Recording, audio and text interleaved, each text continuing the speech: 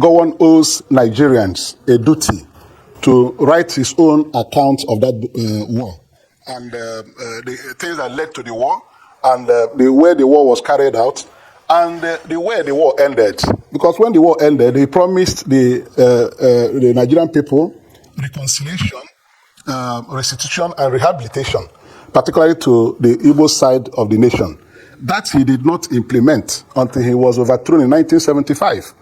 So guys, Senator Victor Umeh has come out to say that Gowon owes Nigerians and the Igbos that the duty to write his own book. He should come and tell us how the Biafran war started, what happened, and how it ended. And apart from that, don't forget that the Igbos were being promised that as a result of that war, some of the post-war work could be done in Igbo land. All those things, those promises, none of them is being kept today. So he's saying that Gowon should equally come and give his own account, because IBB has given his own account as regards to the coup and as regards to the annulment of Abiola's victory. Now, Gowon has to come and give his own account about the Biafran war, because guess what? A whole lot happened in the southeast. The Igbos have got to go through a lot. I mean, there's a lot. Now, this person tweeted, as regards to this coup that has been, that people have been talking about. This person tweeted and said, a short summary of the genocide against Biafrans in Nigeria. History of massacre. He said, in Kanu 1945, over 200 Igbos were killed. Kanu 1980, over 1,000 Igbos were killed. 1966 massacre, that's the post-coup massacre. You see, 40,000 Igbo Christians were killed. Then, May 29th, 1967, over 200 Igbo Christians were killed. Then, 1967 to 70, this is like 3-point-something million Igbos were killed. This is in the bloody civil war. This is the Asaba genocide. Just the Asaba genocide alone took about 3-point-something million people. Then in Kano again, 1980, over 40,000 Christians were massacred. In Meduguri, 1982 to 1983, over 500 Igbos were killed. Then in Jimita, 1984, more than 1,500 Igbos were killed. Gombe, 1985. Zaria in 1987. These ones have no figure, but he's trying to say, in all these places, Igbos were killed. You can imagine the number of people that have been killed in this country for no just cause. So guys, there's a lot to be told. Honestly, let's be sincere. There are still a lot to be told, and still the hatred is there. Gowon owes Nigerians a duty to write his own account of that war and the things that led to the war and the way the war was carried out and the way the war ended. Because when the war ended, he promised the Nigerian people reconciliation, restitution, and rehabilitation, particularly to the Igbo side of the nation. That he did not implement until he was overthrown in 1975. And these accounts that have come out, particularly from General Babangida, because these things are already available everywhere, preponderant stories written by the actual participants in the coup and the counter coup and the civil war. All these things are available. So he himself should stop playing the ostrich. He just like Babangida came out as an elder statesman at 80 now, he decided to speak the truth, including on matters of June 12. People should not return certain things unto death. Gowon was a principal person in the whole episode. He was the one that destroyed the regional arrangement in Nigeria and created the 12-state structure from where we had all this. So he needs to come out and put his statements clearly. And because of the way he handled the war and the way he treated the Igbos, including the massacre of the Igbo people, he owes the Igbo people apology. Incidentally, he could not join these issues when people like General Ojukwu, people like him were alive. But still, his conscience requires that he must tell the truth. He must speak the truth before he leaves the stage. Yes, at 90, he cannot keep quiet and pretend over these things. A lot of books have been written, what he did and what he failed to do to ensure that that war was avoided. He was accused of so many breaches of agreement, both Aburi Accord and the rest of it. If he had kept his own side of the Aburi Accord, I believe Nigeria would have plunged into a civil war. So he didn't do these things. He needs to write a book. He needs to write a book and tell his story and apologize Yeah. Senator Umeh, this figure 10 trillion keeps ringing in my it keeps ringing in my head. Can you please articulate something and simplify it for me? So what exactly are you asking for this 10 trillion for, if you are, and what do you intend to do with it?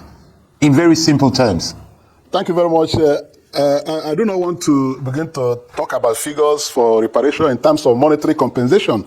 I think what is important is that at this stage where we are, let's put Nigerians to bury the hatchet and shift their mind from the narrative that the Igbos organize a coup for selfish reasons. The Igbos did not ask the officers to go and organize any coup. Okay. Yeah. Senator Umeh. So on the issue of reparation. Yeah, he hasn't that question. Okay. Yeah. Answer reparation before I ask you. Yeah, the question around reparation and what would I should take the issue of reparation.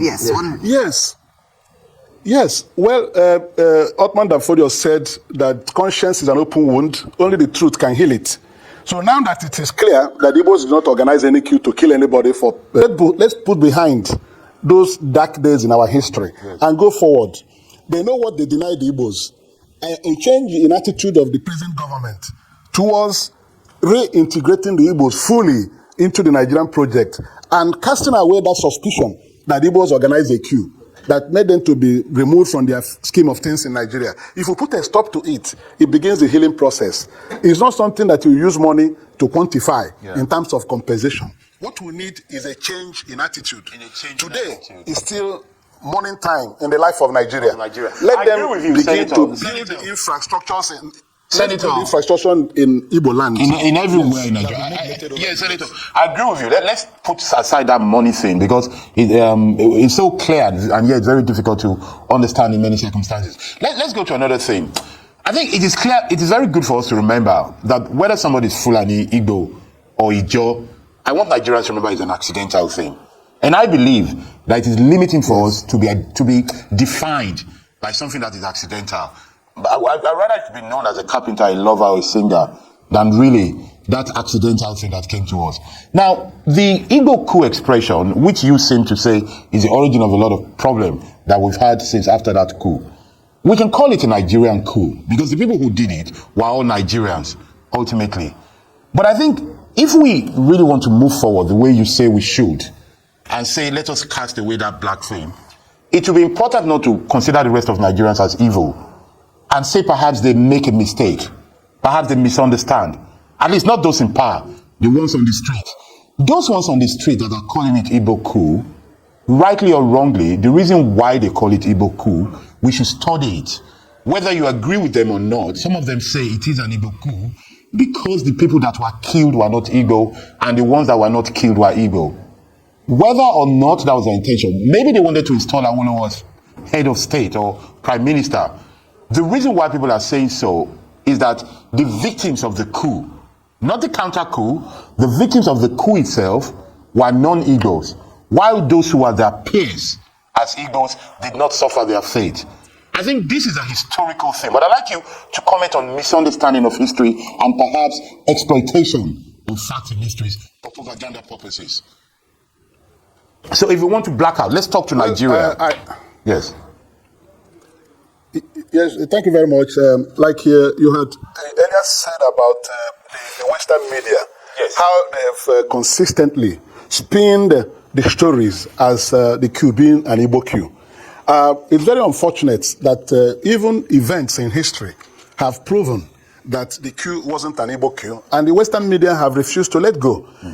Even after Babangida's presentation of his book, upon this revelation and statement that the coup wasn't an Igbo coup, some people have started writing again from the Western media, trying to ask questions and posers to make it an Igbo coup. But the principal thing is that from the original intention of the coup plotters, the main man who was to be installed president of Nigeria, if the coup had succeeded, was eventually brought out from prison, from Calabar, by Ojukwu himself. So I think whatever people try to write and conjecture to be able to put a certain people in distrust in the minds of Nigerians should cease. Because I don't think going with that storyline, and if you look at the counter coup itself, the Igbos have paid very huge price for the counter coup. For the fact that the executioners of the coup, some of them failed in their assignments will not make it a deliberate thing to be heaped on the Igbo people. There are people who can be in that assignment, and some of them can be lousy. They will not be able to implement assignments given to them. Some did it purposefully, successfully, without doing it for with any intention to make one side suffer for it more, other than to achieve their purpose, to change government and bring Obafemi Awolowo to power. So we have to see it at that. Continuing to try to expose the Igbos to national distrust is very wrong.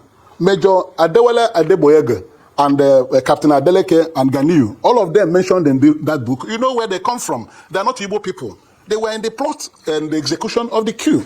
So because some of them couldn't see their own assignments through, could not be said to be a plan for a coup directed at some people against the other. There were so many things that played out along the line. There was counter-coup.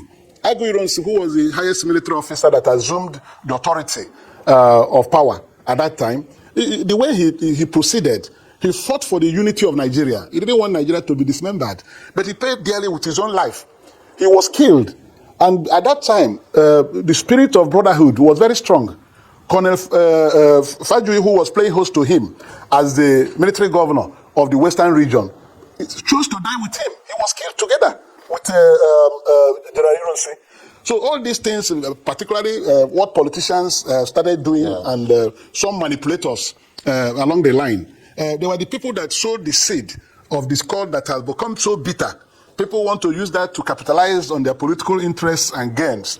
I don't see what you should do. I want to who was released from prison. Yes. Right. I'm coming. Senator Umeh. Yes, the capital of Senator who Umeh was released from prison. Yes, just as you wrap up your became vice thoughts. chairman of Military Council of Gowon. Okay. Yes. All right. Thank you so much, sir. Of course, this is a very robust conversation that must be had and cannot be finished in one session alone. So we'll definitely continue just expounding on this and just following the revelation by former military president General Ibrahim Babangida in his book, A Journey in Service, that the 1966 coup was not an Igbo coup as alleged. Igbo Apex Group, Ohaneze Ndi Igbo, on Sunday, February 23, has demanded an apology and 10 trillion naira as compensation from President Bola Tinubu to the Igbos. Babangida, in his book, revealed that the primary objective of the coup plotters was to release Chief Obafemi Awolowo from prison and install him as Prime Minister. He emphasized that the involvement of officers from different ethnic backgrounds, including non-Igbo officers such as Major Adewale Ademoyiga, Captain Ganiyu Adeleke, and Lieutenants Fola Oyewole and Olafimiho, further invalidates the claim that it was an Igbo-driven coup. Additionally, some senior Igbo officers were also victims of the coup, such as Lieutenant Colonel Aso Chinyelu Unegbe, who was executed by fellow officer Major Chris Anufor. This further weakens the argument that the coup was designed to serve Igbo interests. And also, very importantly, the ask of Ohaneze Ndi Igbo. When it comes to compensation, beyond the monetary compensation, what are you specifically asking for in terms of reparation? In terms of healing for the Igbo people, now that the fact that 1966 coup can no longer be termed as an Igbo coup, what are you looking for in terms of reparation and compensation? Babangida's book has one more time confirmed what we have always known to be the state of affairs with that coup. I have read so many books on that subject matter from the 1980s. You know, and there were so many books on the matter already, even those written by the major participants in the coup. I have read the book by Colonel then Major Adewale Ademoyiga, which was mentioned in Babangida's book as one of the 5 majors that were the leaders of that coup, while we struck. That was his own book. There were other books written by other people who were involved in that coup. Someone like Colonel Imam Obosi of blessed memory, Ben Boulier, then Aboyega himself. There was no way we would have felt better than coming from General Babangida, who was later military head of state.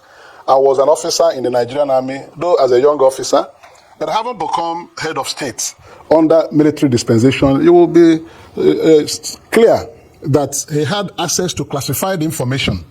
So he was not just writing as a young military officer when the coup took place. He wrote from the point of deep knowledge from classified information in the military. So that his statement was very emphatic, and truly speaking, the coup was not an Igbo coup. It was a coup, like he posited, by young military revolutionaries who thought that they would make things better for Nigeria by removing the government at the time. And the primary objective was to release Babangida, who was in prison in Calabar. Even though they did not get to the point of releasing Awolowo from prison, events later showed that it was Ojukwu who released Awolowo from Calabar prison. So the coup itself was also not supported by Ojukwu himself. Having come to this realization that is should be incontrovertible at this time, what do we make of it? In terms of reparation and so on and so forth, my own is we should take advantage of this revelation and the clear statement made by General Babangida to begin the process of reconciliation and healing. The Igbos of Nigeria have been held in so much contempt with successive administrations in Nigeria, starting from Gowon, and were put on a very dark spot in the affairs of this country that to organize a coup that killed some important people in Nigeria. But truthfully and reassuringly, this book has exposed that the Igbos themselves crushed the coup. Major Bienu from Nnewi was credited to be one person who played a very pivotal role in crushing the coup. Ojukwu was a commander in Kanu at the time of the coup, and I read and also I heard from him personally, because I worked with him for 5 years until his death. He was national leader of ABGA and I was national chairman of ABGA. So at various times I discussed these matters with him to get the truth of the matter. He had telephone exchange with Major Nzogu where he declined to support the coup.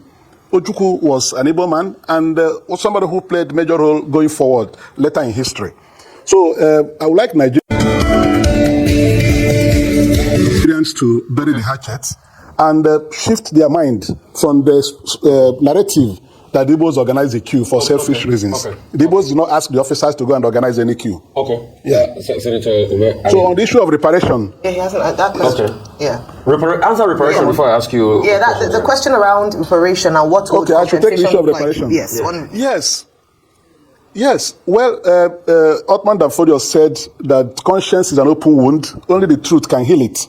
So now that it is clear that Igbos did not organize any coup to kill anybody for selfish reasons, it follows that all the things the Igbos have been denied in Nigeria by the successive governments, starting from Gowon down to the present day even, that Igbos should be seen as Nigerians with the same rights and privileges that other Nigerians will enjoy in the affairs of government. The discrimination handed down to the Igbos because of this should now abate. It should end. Okay. Let everybody come to the table with equal rights. Okay. Couple of things. I want to ask, are you following the way, and let me just establish again for the sake of posterity, there was no Igbo coup. It was just propaganda to hang all of this on the Igbos, and we know what happened then. Even before, Babangida didn't even need to write the book. Before, we had said there was nothing called an Igbo coup. It was just propaganda. And also, the Western media that portrayed that propaganda also. Is there any, letter to be written to that Western, because that Western media still exists, that pushed that propaganda picture? And we know that, number one. So, number one, are you also saying that, are you joining the likes of nnamdi Igbo to talk about a 10 trillion reparation? I've heard 10 trillion, I've heard all sorts of figures. That's number one. Number two, do you think Gowon too should be able to write his own side of his story? Because he's 90 now, and he also needs to tell some side of that story. We've had conversations about Gowon saying, yes, like you said in some fora, he had apologized to people. No, we've not had a definitive book from Gowon. Do you think Gowon should tell his own side of the story? And do you subscribe to the likes of some people that are saying over 10 trillion? I think it was nnamdi Igbo, and they're calling all sorts of amounts for this reparation. Those are the two questions, sir. Yeah, thank you very much. Well, we saw under the Buhari's government how in Imo State, the Tokado, or what do they call it, that was meant to fight terrorists, was taken to Imo State. They said they are fighting IPOB. They left Zambiza, where they know that Shekau and his camp were lodging. They left those places. They said they can't enter there, but they go to Imo State. They were busy bombing, and that claimed so many lives. We are talking of the ones that happened years back. What about the ones happening in our own eyes? So, guys, let me just allow you to take a look at what Mr. Victor Umeh has got to say. Take a look for yourself.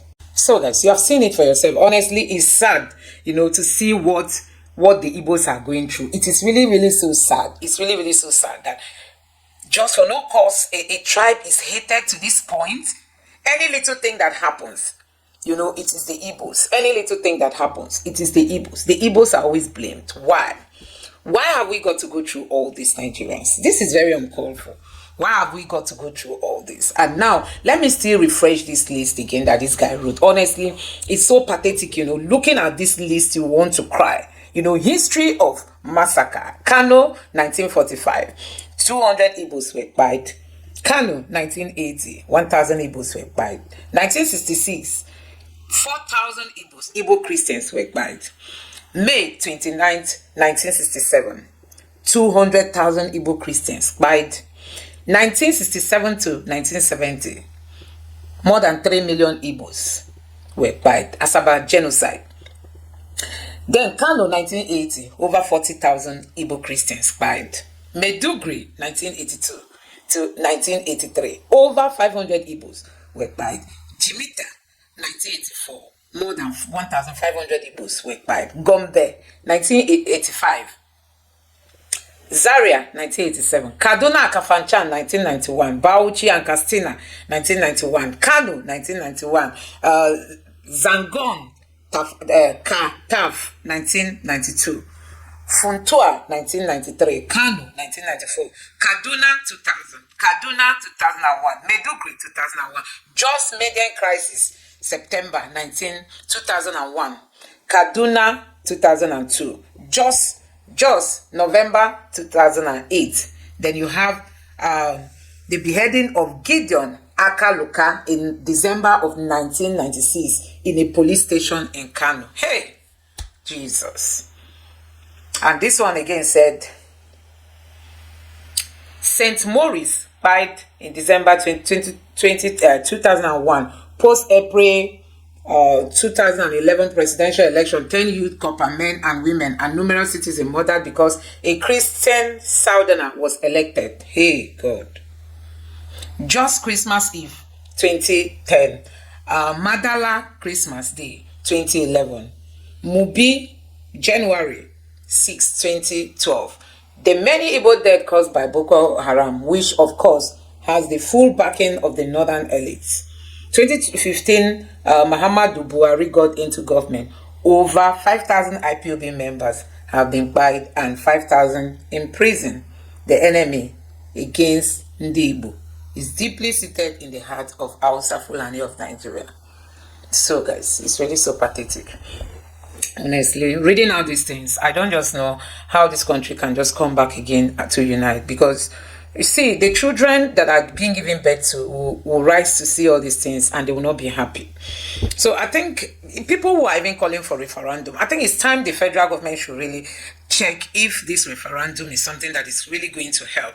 So that let people decide and say we want to be on our own or we don't want. Because this kind of things can trigger. In short, it's going to build that perpetual hatred.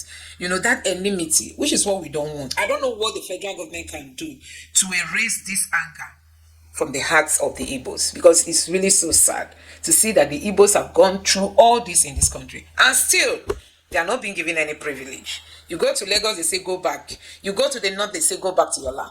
Oh yeah, give us referendum, let's be on our own. You don't want. It's really so pathetic. Anyway guys, let me know what you think about this in the comment section below. Please don't forget to subscribe to the channel, turn on the notification bell. Please give this video a like so that YouTube can recommend it to others, and drop your thoughts in the comment section below. Thank you.